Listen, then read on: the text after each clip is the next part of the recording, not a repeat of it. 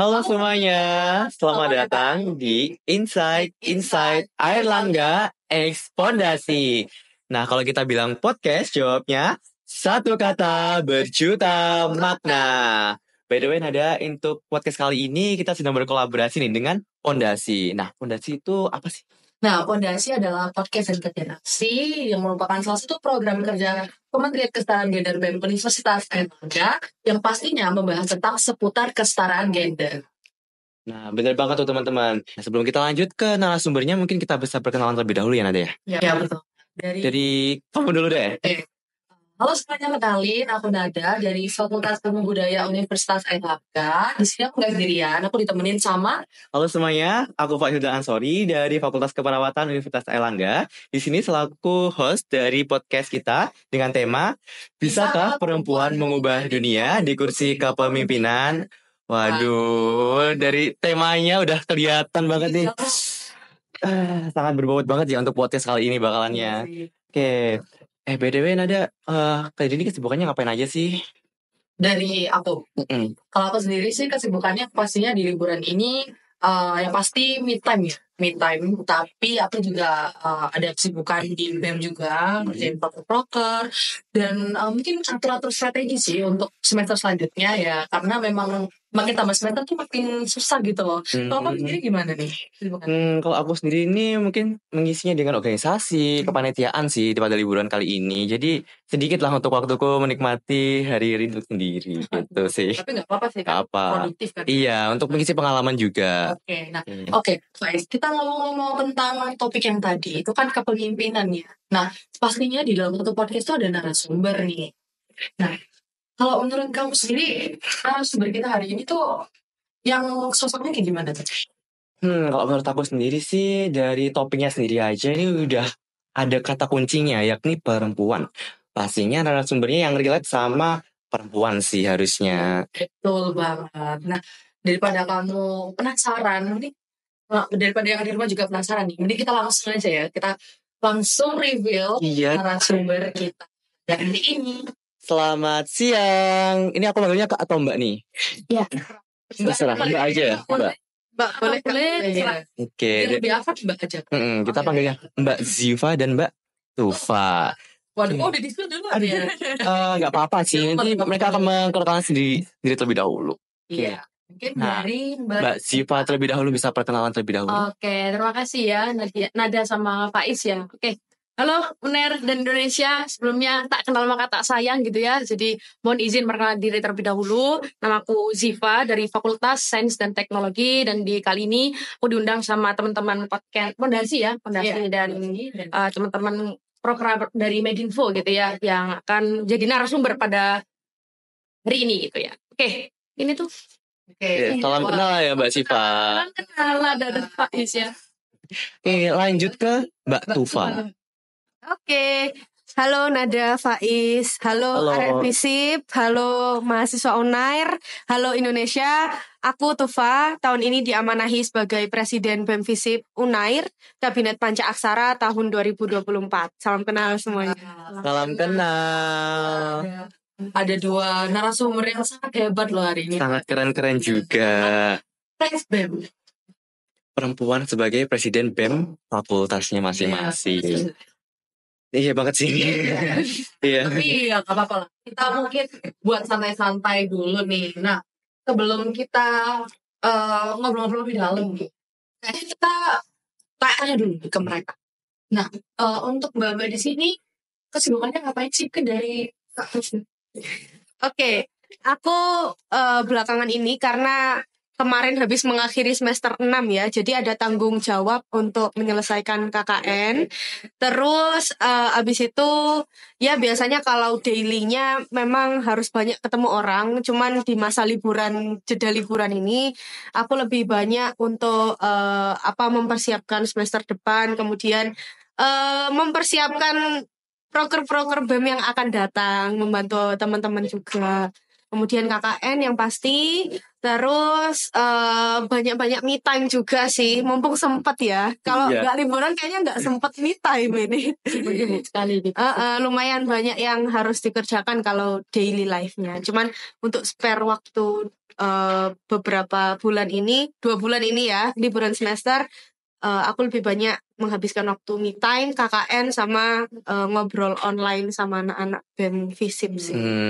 Nah, di sela kesibukannya Mbak Tufa KKN, prokeran itu juga bisa meluangkan waktunya untuk hadir di podcast kali ini. Berarti kan keren banget nih Mbak Tufa. Tetap produktif ya. Iya, di sela liburan ini juga. Menuju 7 ya, menuju semester 7. Kalau ada rasa sih. Iya, itu kan jawaban dari Mbak Tufa. Kalau kita lanjut ke Mbak Ziva gimana coba? Oke, kalau aku ya kesibukannya karena aku nggak KKN, sorry ya. Jadi ini konversi teman-teman. Jadi tanggung jawabku di KKN aku udah konversi.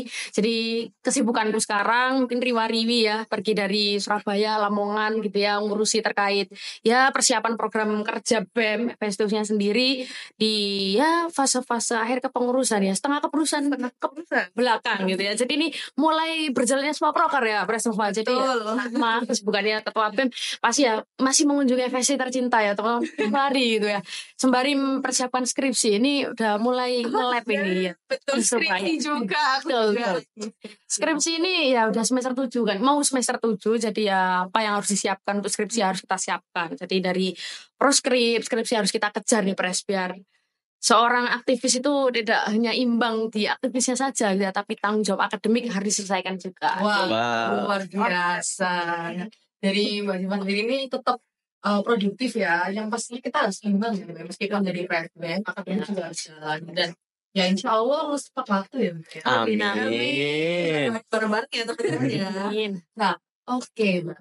Nah, kita kan hari ini tuh udah kedatangan 2 narasumber sebagai PSBM ya, dan PSBM itu merupakan sosok pemimpin yang ada di Universitas Erlangga. Ngomong tentang pemimpin nih, kalau menurut Mbak di sini, menurut PSBM wanita, pemimpin itu apa sih?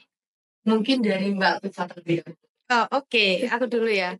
Oke, ngomongin soal pemimpin ini agaknya suatu ada rasa tersendiri gitu di dalam diriku. Ya bangga, ya senang, ya takut. Terus kompleks lah kalau kita ngomongin pemimpin ya dalam mungkin POV-ku sebagai yang sekarang menjadi tanggung jawabku di BEM. Cuman bagiku pemimpin itu tugasnya bukan cuman untuk nyuruh-nyuruh, tapi lebih dari itu kita harus bisa ngerangkul, harus punya manajemen konflik yang bagus, harus punya manajemen forum yang bagus juga, harus punya jejaring yang luas supaya nantinya bisa membantu staff-staff kita dan sebagainya kayak gitu. Cuman pada intinya pemimpin itu adalah orang yang bisa mempengaruhi orang lain supaya orang lain itu bisa mengikuti apa yang kita mau. Kayak gitu. Nah, bener banget. Kurang lebih kayak gitu. Iya, makasih ya Mbak Tufa jawabannya. Bener itu teman-teman. Tadi jawabannya, kesimpulannya tuh pokoknya pemimpin itu bukan cuma modal nama, bukan cuma modal omong aja, namun juga modal dari kemampuannya, cara melangkulnya dia. Pasti itu berat ya? Iya, jabatan berat banget. Jadi harus bisa untuk memanajemen jabatan tersebut. Itu kan jawaban dari Mbak Tufa. Mungkin lanjut ke Mbak Ziva nih. Oke, boleh. Kalau dari aku ya, kalau berbicara tentang pemimpin, tak luput ya dari aku pemimpinan. Kalau dari awal ketika aku mau mencalonkan diri gitu ya, aku yakin dengan satu kalimat ini gitu ya. Jadi kepemimpinan itu bukanlah tentang jabatan atau pangkat ya, tapi kepemimpinan itu adalah tentang dampak, pengaruh, dan inspirasi. Bagaimana kita bisa memberikan dampak, bagaimana kita bisa memberikan pengaruh dan juga inspirasi. Ketika kita bisa memberikan dampak yang baik, mungkin belum terlalu maksimal ya, setidaknya kita memberikan pengaruh gitu ya. Jadi sama kayak Persufa tadi gitu. Maksudnya kalau seorang pemimpin itu, kalau aku ada tak singkat jadi 3 gitu ya mungkin. Ini selalu kalau aku di materi apa atau apa, pemimpin itu adalah 3. Mana proses kita berinteraksi. Dari communication skill, dari kita berani berbicara dan sebagainya adalah di proses interaksi.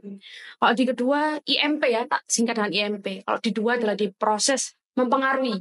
Jadi seorang pemimpin ya sama kayak Presupa harus bisa mempengaruhi orang lain untuk melakukan sesuatu yang diinginkan gitu.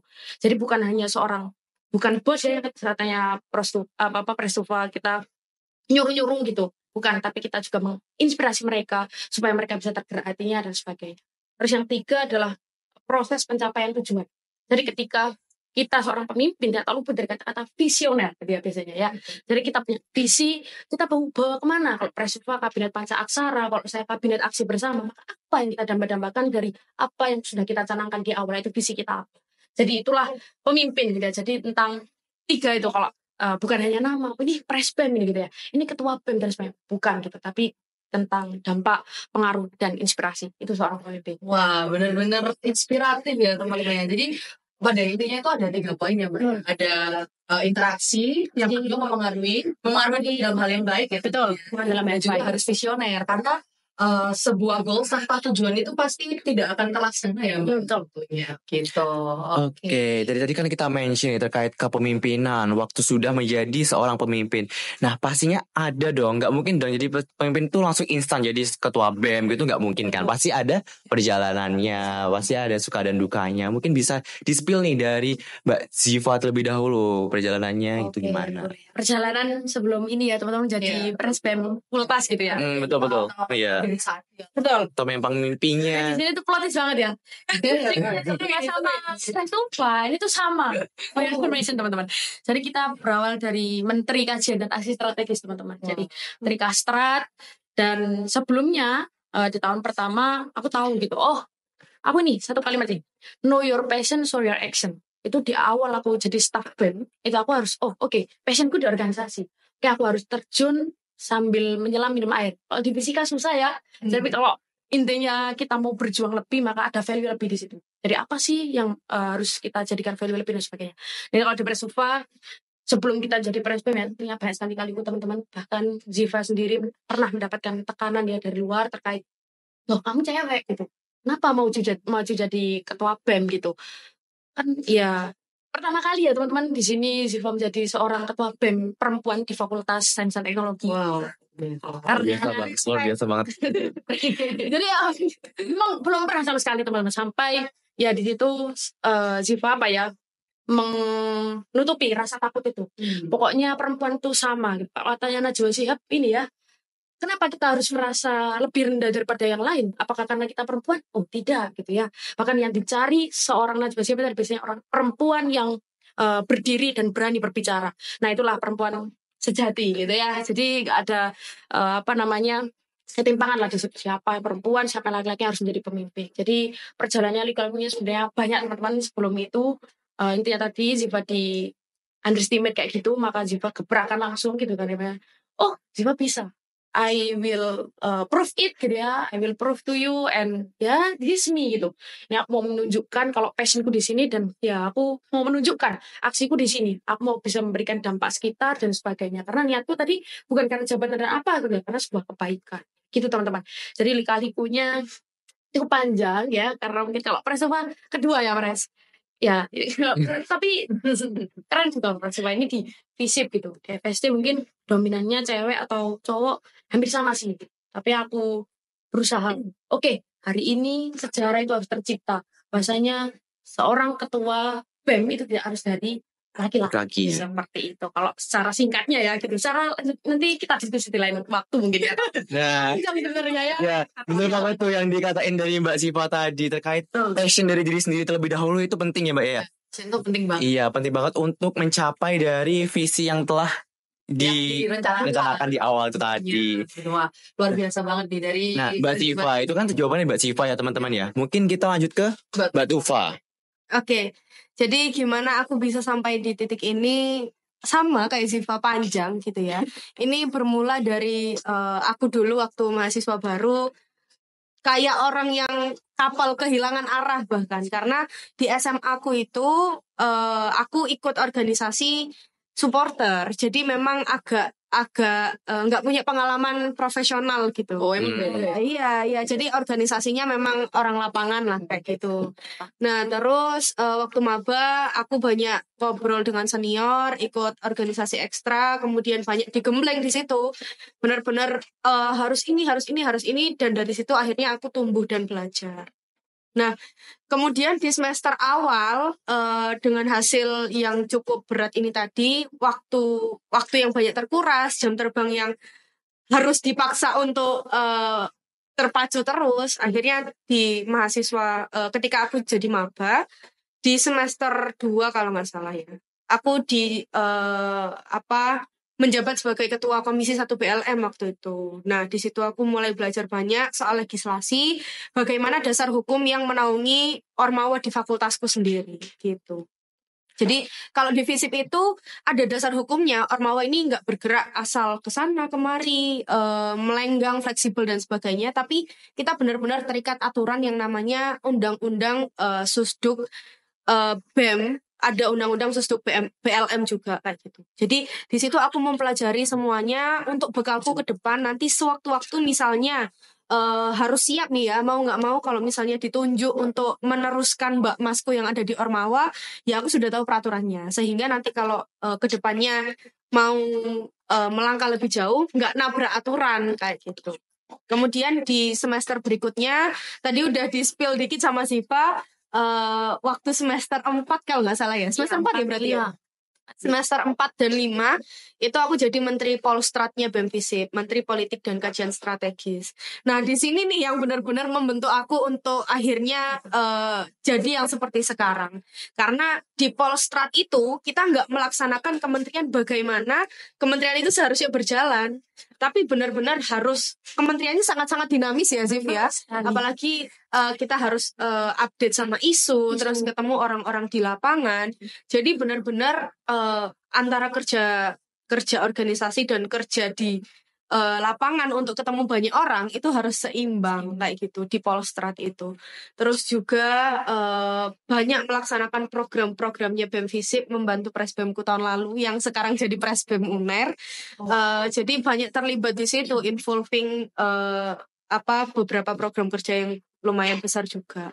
Akhirnya terbentuklah mentalku untuk jadi harus berani dan harus bisa gitu. Sampai akhirnya di Desember 2023 teman-teman, karena kalau di FISIP mau mencalonkan Presbem itu harus lewat partai ya, karena undang-undangnya mengatur untuk sistem kepartaian yang menjadi peserta pemiranya. Sampai akhirnya waktu itu Partai Cinta, partaiku mendeklarasikan aku dan wapresku yang sekarang untuk mengajukan sebagai calon presiden dan wakil presiden BEM FISIP UNAIR tahun 2024 dengan segudang pengalaman yang cukup rumit itu tadi. Nah, ya sampai situ akhirnya alhamdulillah menang sampai sekarang. Cuman lika-likunya ya karena kita perempuan ya, pasti dari faktor orang tua yang pertama lebih worry dengan anaknya yang harus pulang malam mau nggak mau karena banyak yang diselesaikan. Terus juga pergaulan yang sangat-sangat luas dengan berbagai macam latar belakang orang, dan kita harus berani ngomong sama orang. Misalnya nih tanpa mendiskreditkan satu kelompok dan kelompok lainnya ya, tapi karena kita ada kementerian sama kayak BEM UNER, KG namanya di kita itu GKKG, harus ketemu misalnya komunitas kelompok marginal, waria gitu. Itu kita harus berani ngobrol sama mereka walaupun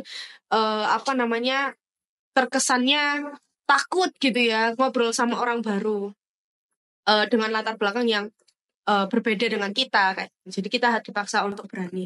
Kemudian pernah juga ngobrol dengan elit-elit politik gitu, yang itu memang harus ngobrol dan kesempatannya cuma waktu itu gitu. Jadi harus ngobrol, memberanikan diri untuk belajar pitching, belajar menarasikan sesuatu jadi bagus kayak gitu. Ya mungkin itu sih. Terus juga ditambah dengan faktor diri kita sendiri ya, yang kadang-kadang hormonnya nggak stabil karena mens, akhirnya moody, terus jatuhnya males, pengen rebahan, tapi nggak bisa gitu. Jadi kita nggak bisa rebahan, kita harus bergerak. Iya. Jadi melawan badai panas dan angin. Ya begitu. Jadi kita itu harus gitu. Oke. Nah intinya pasti ada proses lah untuk menjadi seorang pemimpin, gak ada yang instan. Dan juga ibaratkan sebuah pedang kali ya, itu makin ditempa makin tajam, makin berkualitas pula dari karakter seorang pemimpin tuh. Dan juga karena ini perempuan ya, kan kita kan juga sebagai perempuan, maksudnya diri aku sendiri ya personally emang jadi perempuan itu emang sulit sih, karena kita dihadapkan oleh beberapa situasi ya, seperti mungkin waktu med juga mungkin kita mood swingnya tuh parah banget, tapi karena mbak-mbak di sini memang sudah punya passion dari awal dan memang sudah komitmen, jadinya mereka ya menghilangkan itu semua sih, jadi bisa tetap langsung maju. Nah ini harus di take note sih buat teman-teman yang nonton, terutama yang cewek juga, apalagi kita di umur 20-an dan Bener banget. ini udah kayak transisi menuju dewasa gitu ya, Pak, ya. Jadi harus tetap kuat gitu. Kesempatan itu terbuka lebar saat kita umur segini karena kita kuliah jejaringnya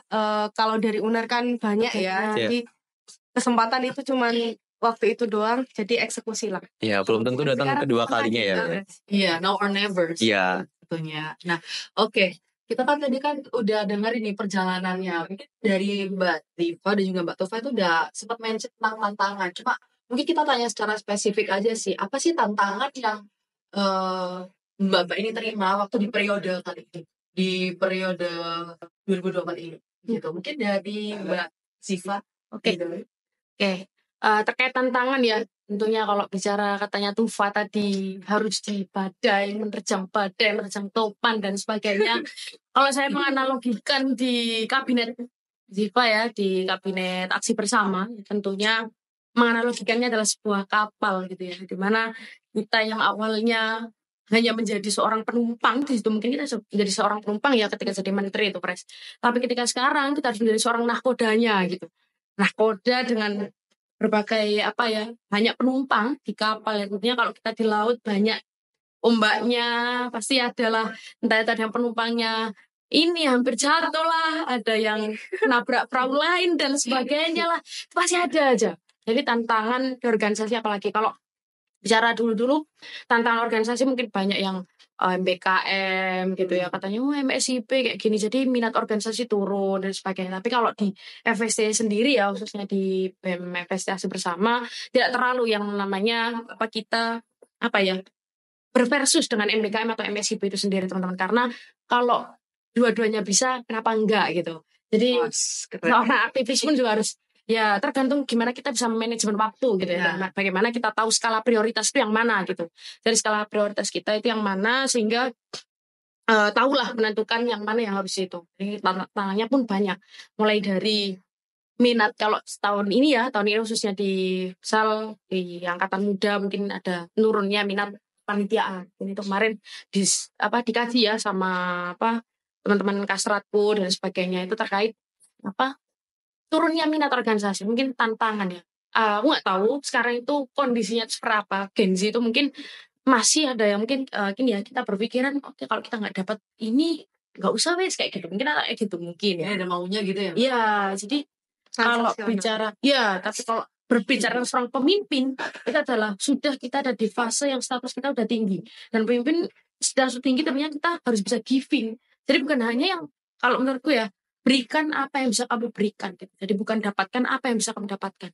Jadi ketika itu udah kita tanamkan dalam diri kita yang menjadi seorang kesatria Erlangga. Kalau dirinya adalah, kalau kita pemimpin cewek itu kan Sri Kandi Erlangga gitu. Jadi kita memberikan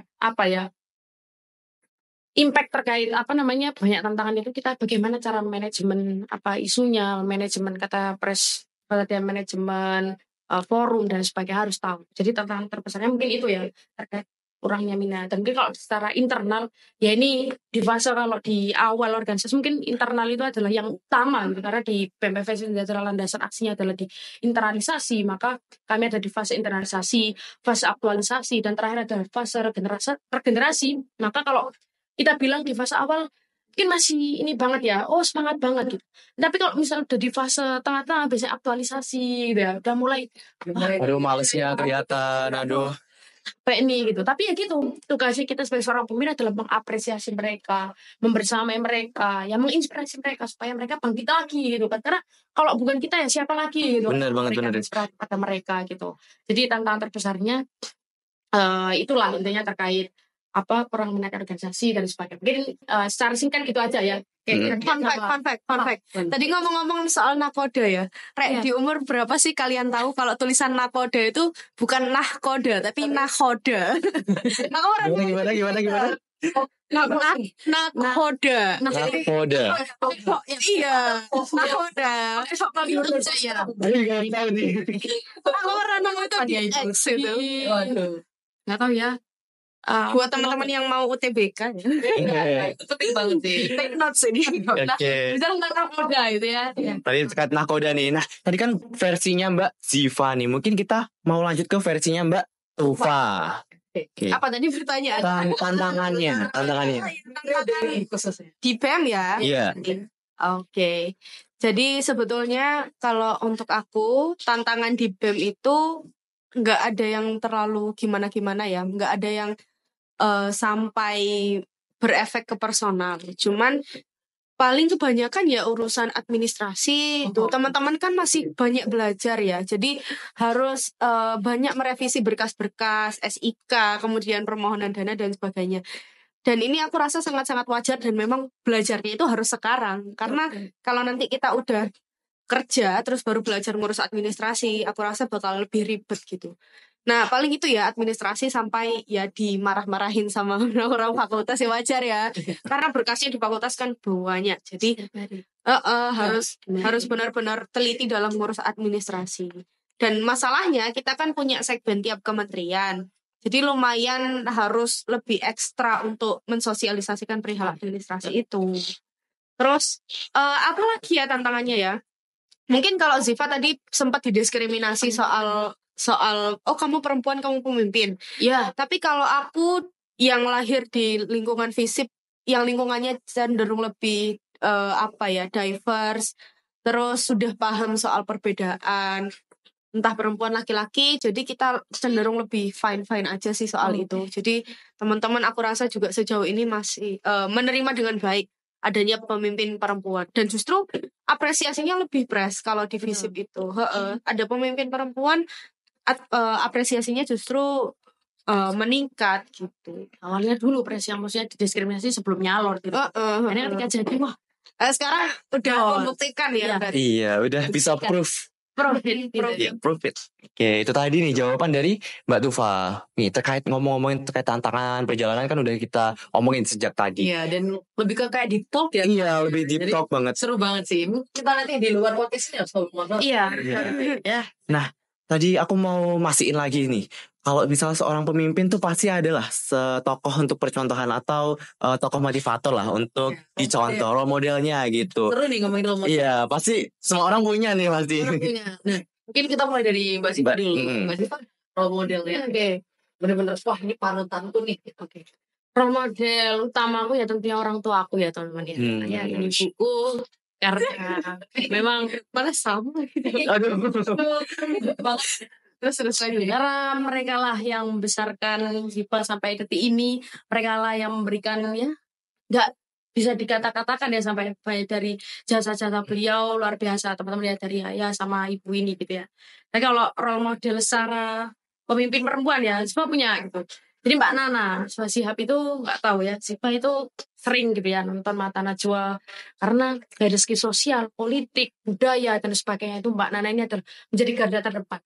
Kalau teman-teman tahu alpha female-nya Indonesia ini juga Mbak Nana teman-teman ya, Mbak Nana, dan ya sering juga baca di Alpha Girls Guide.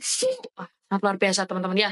Jadi salah satu inspirator atau alpha female Indonesia itu Mbak Nana karena dari segi keberaniannya mengkritik. Kalau Mbak Nana dari jurnalis ya backgroundnya, tapi kalau Ziva seorang saintis gitu ya teman-teman. Tapi tidak menutup kemungkinan ketika kita menjadi seorang saintis kita juga bisa ya aktif menjadi seorang aktivis, atau kita juga berani speak up di depan dan sebagainya, memperjuangkan yang harus diperjuangkan gitu ya. Benar. Itu sih kalau secara singkatnya gitu ya. Oke.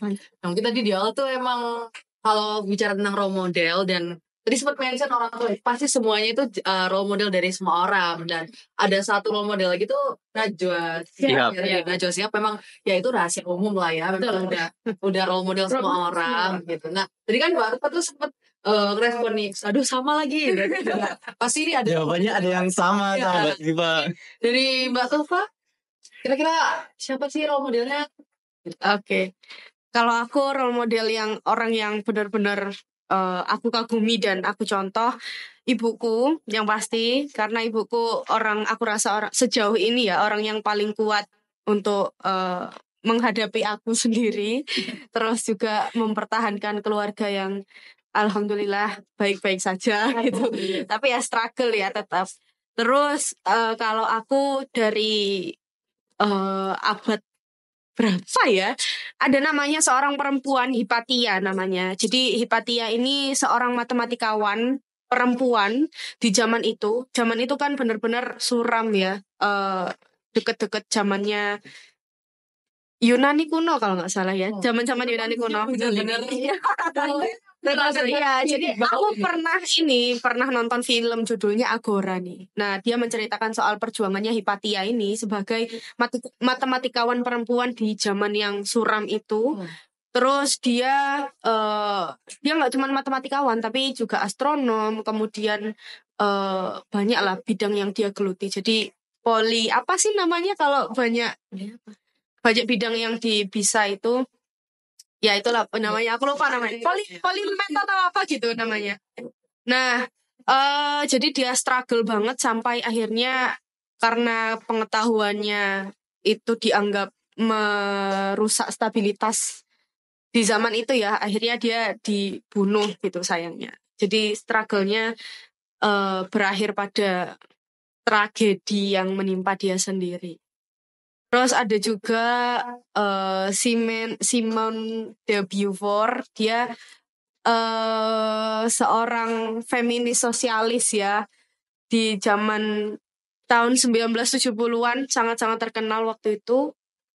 Dia menyuarakan soal kesetaraan gender juga. Simon nggak tahu ya gimana pronunciation-nya, cuman Simon de Beauvoir. Dia istrinya Sartre, Jean-Paul Sartre itu kalau teman-teman tahu. Dia juga getol untuk menyuarakan soal kesetaraan gender waktu itu, dan perjuangannya berakhir pada ya sekarang ini gerakan perempuan yang sangat-sangat progresif di Prancis, dia orang Prancis. Terus kalau di Indonesia, jujur saya sangat kagum dengan Bu Sri Mulyani ya. Mungkin ini juga idolanya beberapa orang di tokoh-tokoh perempuan gitu. Dia kuat banget dan cerdas banget menurutku. Karena bisa survive di 10 tahun lebih ya di perekonomian dan finance di Indonesia gitu. Itu sih. Aduh, itu role modelnya sangat Sebenarnya ada beberapa yang kita nggak tahu sih. Yang dari luar negeri. Iya, luar negeri tadi yang disebutin Mbak Tufa tadi. Selain kita podcast di sini, kita nambah insight baru. Soalnya Mbak di sini tuh wawasannya luas banget ternyata. Berarti kita nggak salah nih dengan narasumber. Iya, nggak salah banget, nggak ini. Oke, sebelum kita tutup mungkin aku mau dengerin nih terkait pesan dan ininya mbak-mbak sekalian ke teman-teman yang sedang nonton podcast kali ini. Mungkin pesan yang apa ya? Mungkin sebagai motivasi. Iya, buat. Ya boleh. Pokoknya yang penting bisa memberikan semangat ya teman-teman yang nonton. Kayak kata-kata podcast ini. Ziva dulu ini. Iya, boleh. Tolong ya. Jadi ini ya. Jadi Ditunggu dulu. Jawabannya ini pasti sangat berkualitas banget nih. Oke, yang pertama buat halo perempuan Indonesia dan dunia ya, khususnya ini kami dari UNER ya untuk Indonesia punya pesan ya, khususnya dari Ziva sendiri ya teman-teman. Jadilah perempuan yang hebat gitu kan ya, cerdas, mandiri, tidak menggantungkan siapapun. Karena apa teman-teman, di dunia itu tidak ada yang pasti. Yang pasti hanyalah apa? Yang pasti hanyalah maut dan bayar pajak ya. Aduh. Ya. Jadi yang pasti itu hanya maut, karena udah ditakdirkan ya teman-teman sama Tuhan Yang Maha Kuasa. Jadi di dunia ini tidak ada yang pasti. Siapa tahu di kemudian hari seorang pasangan kita misalnya punya pasangan laki-laki tapi nanti ada tidak apa ya, sesuatu yang tidak diinginkan misal. Jadi kita bisa mandiri dan kita bisa menghidupi diri kita. Jadi secara integritasnya. Dan mungkin yang mau tak sampaikan adalah jangan pernah membicarakan orang lain dan ya udah let's go be bygone. Jadi orang yang mau membicarakan kita di luar sana ya terserah. Karena apa? Ketika orang-orang yang membicarakan di belakang punggungmu, karena apa? Karena kamu selalu berada di depannya, gitu ya. Mungkin luar biasa. Terus ada quotes yang tak suka gitu. Jadi ketika ada orang yang di luar sana mengatakan A, B, C dan sebagainya, kalau nama aku kan Anggun Ziva Anindya ya, Alpha, Z dan Alpha. Alpha itu apa teman-teman? Alpha itu menjadi seorang yang visioner, pemimpin dan sebagainya. Tapi Z kalau dalam fisika adalah impedansi. Intinya adalah ketika kita udah menjadi seorang pemimpin ya, Alpha di awal menjadi seorang pemimpin, jadi seorang sosok. Tapi ada kalanya juga kita harus menjadi seorang yang rendah hati, tidak menggempar-gemparkan ini loh saya gitu, menyalahgunakan kekuasaan dan sebagainya. Tapi di akhir nama saya ada Alpha lagi, sehingga berubah lagi. Jadi naik turun. Tapi kita harus menjadi seorang sosok perempuan yang hebat.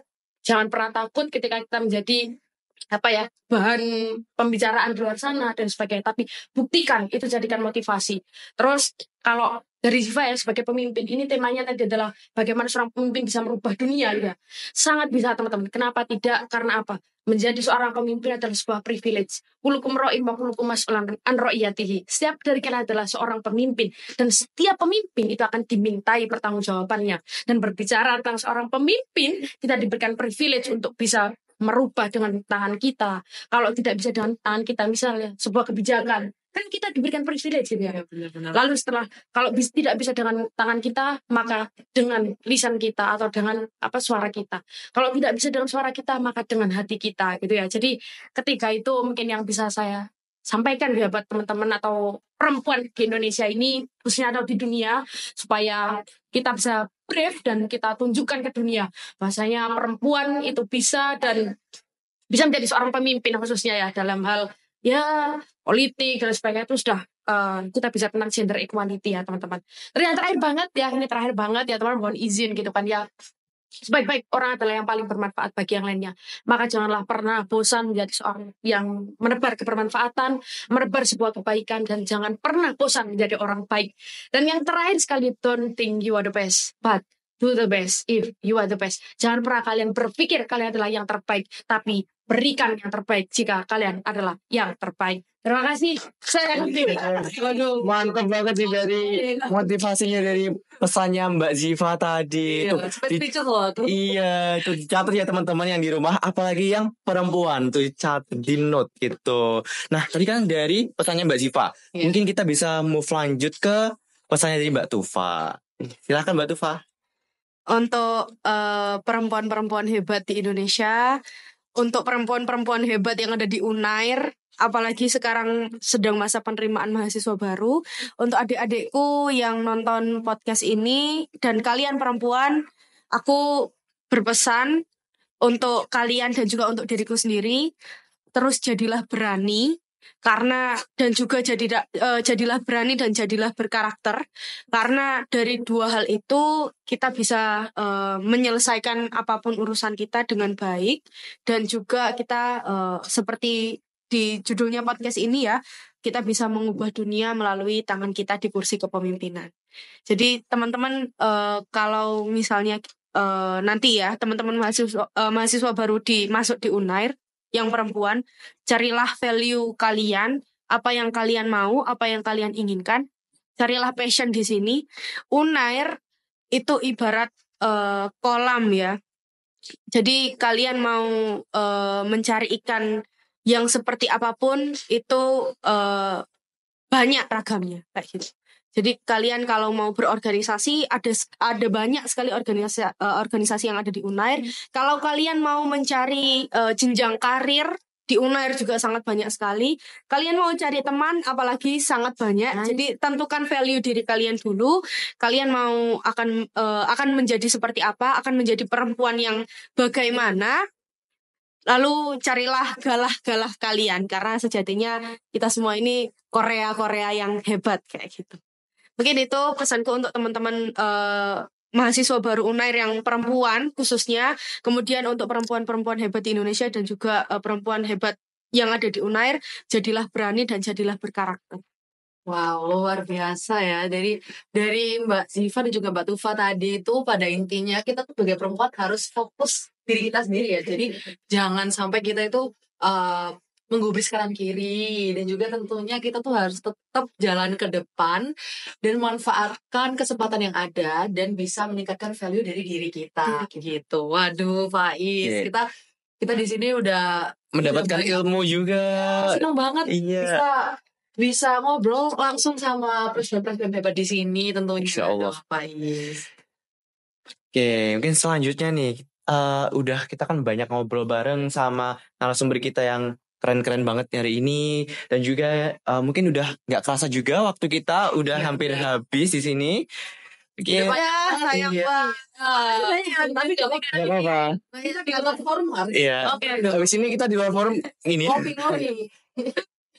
Oke, mungkin sebelumnya langsung aja apakah langsung kita tutup aja ya biar gak kelamaan? Boleh.